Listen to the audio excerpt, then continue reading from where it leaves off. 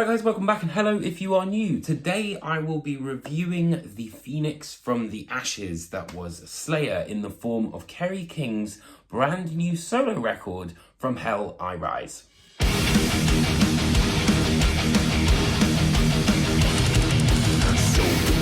So, if you're not familiar with Kerry King, he is literally one of the most legendary riff writers in metal's history.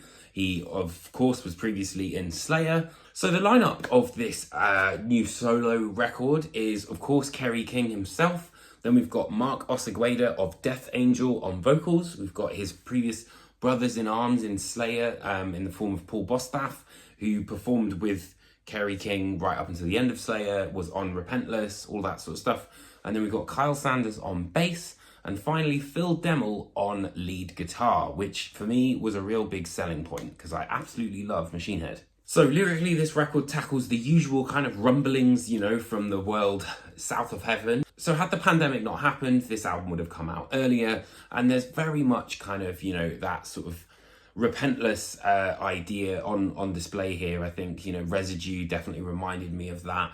But we've also got kind of punky ideas, you know, punky tracks, which come in the form of Two Fists, which is a bit different, which I thought was kind of interesting, and Everything I Hate About You, which is kind of like a 1.5 minute sort of like tirade, essentially.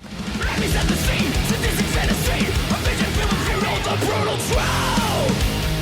This fucking ship's about to... But one of my favourite things about this album is definitely the ensemble that comes with it. You know, Phil Demmel on guitar, absolutely brilliant. He's got a really interesting solo on Where I Reign.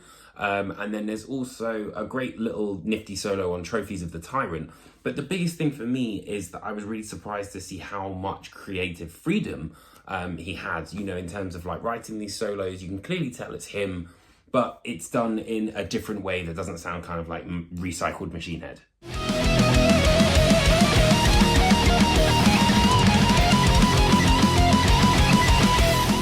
Idle Hands has that signature Slayer feel to it, but there's also Crucifixation, which again, you know, very much kind of falls into that classic Slayer category. But for me, it was Trophies of the Tyrant that I thought was the most interesting track on the record.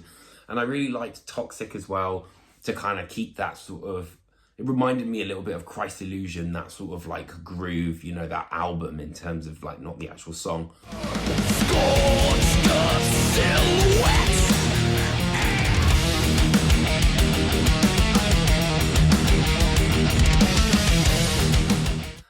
Tension also started out well, but then kind of lost a bit of steam as the tracks sort of wore on, really. But Rage I thought was, you know, interesting. Standard kind of thrash metal fodder, but with a little bit more extremity as well.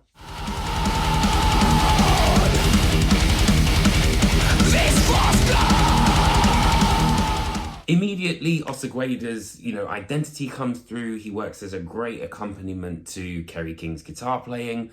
And most importantly, I think he doesn't sound like Tom Araya 2.0. He very much has his own distinct style. In all honesty, this is probably not the most original kind of album you're going to be hearing this year, but if you've been yearning for the return of Slayer, then look no further. You know, there are moments here where I think there's some experimentation, and I like the fact that there is that sort of creature comforts that we've got with Slayer, but, you know, they do push the boat out a little bit. But I think it's an interesting sort of jumping off point. And, you know, if you're a fan of Slayer, you'll absolutely probably love this record.